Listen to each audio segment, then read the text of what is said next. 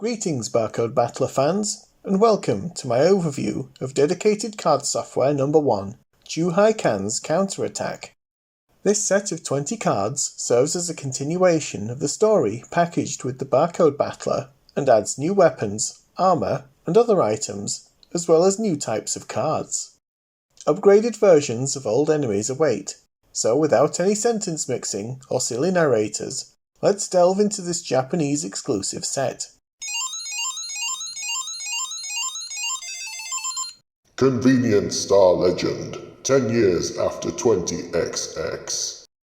The days on the Convenience Star have been peaceful. Then, one day, there were rumors of suspicious activity on the neighboring Metro Market Star. What a surprise. Some say Chu-Hi-Can, who was destroyed, still lives.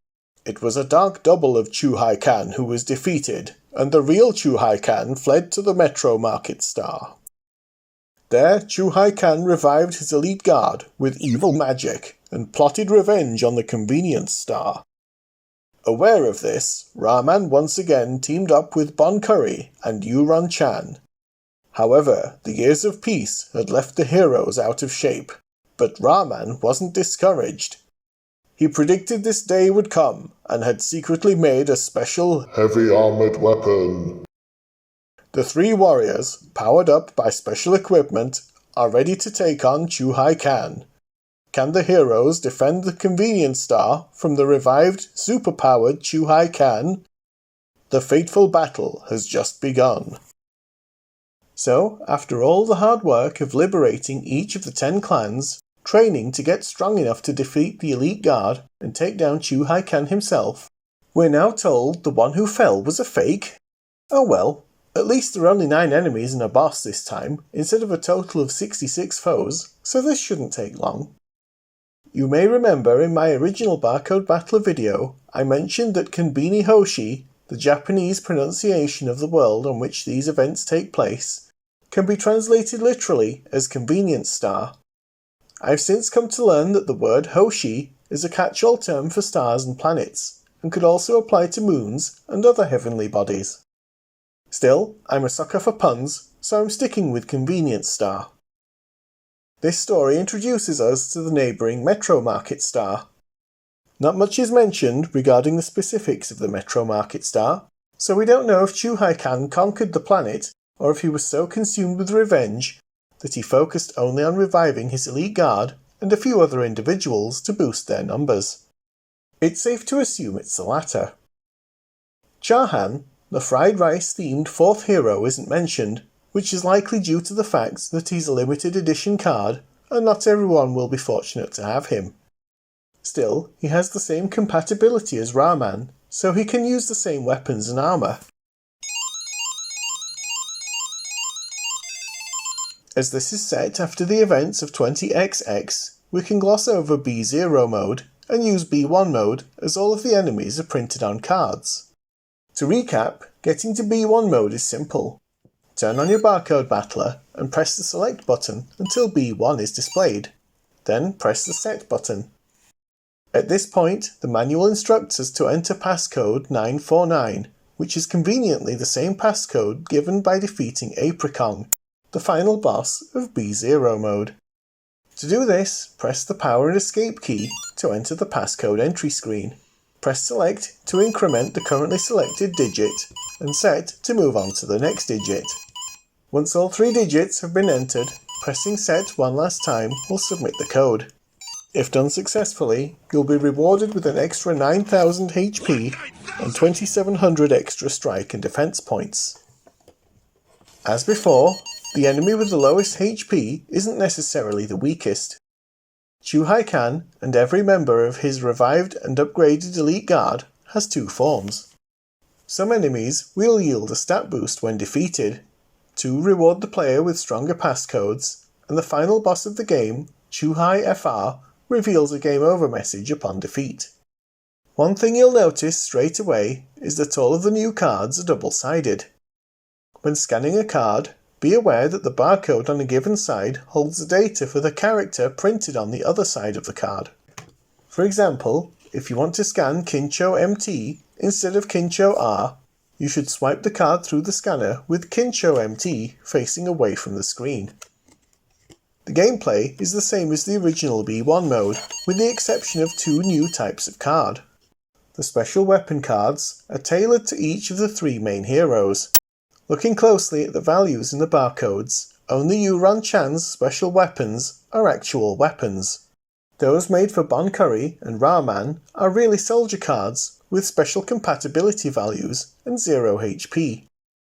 If you remember how Rahman and Chu-Hi-Can can be used in place of items for each other, these special weapon cards work in the same way. The other new type of card is the Fazzy card. Not fizzy, with a bubbling effervescence. Not fuzzy, the bear-like muppet. Not fezzy, or having the properties of a fez. But fazzy, which appears to be a misspelling of fuzzy, as it's not apparent at first glance what kind of advantage these cards confer. Rapman, who was known as Rapmans in the original manual, is no longer the boss of the Miscellaneous Goods clan and is now lending his skills to the heroes. His ability reduces the opponent's accuracy, which makes him redundant next to the Cockroach card from the original set, as this has the same effect, plus it adds 400 HP, which isn't much, but it's better than nothing. Band-AD is a new character whose ability grants the hero a 50% defense boost. Again, this ability is available on other cards, such as Golden Bat, H-Cap, and FL Mask, which offer buffs to either strike or defense, making both sides of this card a bit pointless. If you wanted, you could add a rule whereby each item may only be used once, so you're not continuously spamming the same power-ups, but this isn't in the manual. Consider this a hard mode of sorts. Just like with the Legend of Zelda cards, equipping certain items will deal extra damage to certain enemies. To make life easier, I've put the details on screen.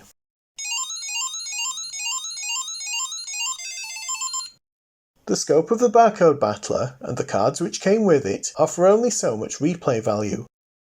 A large number of unofficial cards can be made using retail barcodes, but these lack the aesthetics of official cards and offer no extra story. Dedicated card software number 1, Chu-Hi-Can's counterattack, fixes both of these issues to some extent and introduces double-sided cards for extra replayability. One of the cards even offers a little foreshadowing, in the form of being described as Meatman's favourite weapon. Who's he? I might have mentioned him in the original Barcode Battler video, but I'll go into more detail when the time comes. I hope you've enjoyed this little overview of dedicated card software number 1, Chu-Hi-Can's counterattack. If you found this video to be informative, please subscribe, like and comment. If you'd like to contribute to the Barcode Battler Museum and keep the lights on, we now have a Patreon account. Our list of Patreons is going up the screen right now.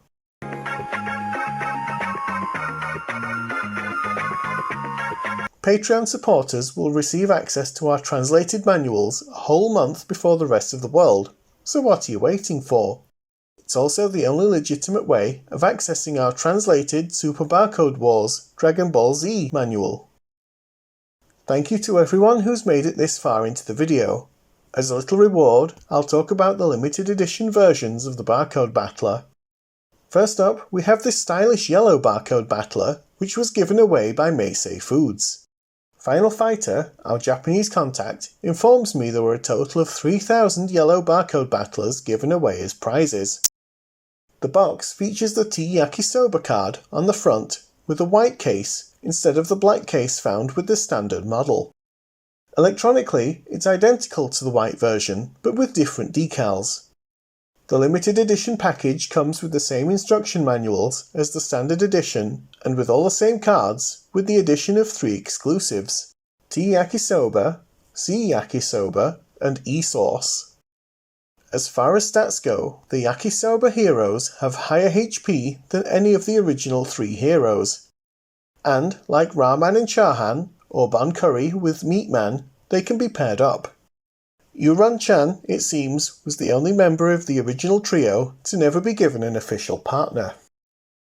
Interestingly, the M-Water card is the only one absent from the lineup, as E-Sauce seems to have replaced it. E-Source offers a greater HP boost than M-Water, and they both have the same flag value, which causes attacks to deal extra damage against members of the Food Clan. There was also a super rare gold Barcode Battler, of which only 5 were known to have been given away to members of the public. I saw one for sale on Mercari a few months ago, and narrowly missed out on purchasing it. So far, I've found no information on the packaging or exclusivity of the cards or manuals for this version, but if I do find anything out, I'll be sure to add it to the website. Our next video will cover the Lord Monarch cards, with the following video focusing on dedicated card software number 2, Demon Power Core Godmars Arrives. Thanks for watching, I hope you'll join me next time.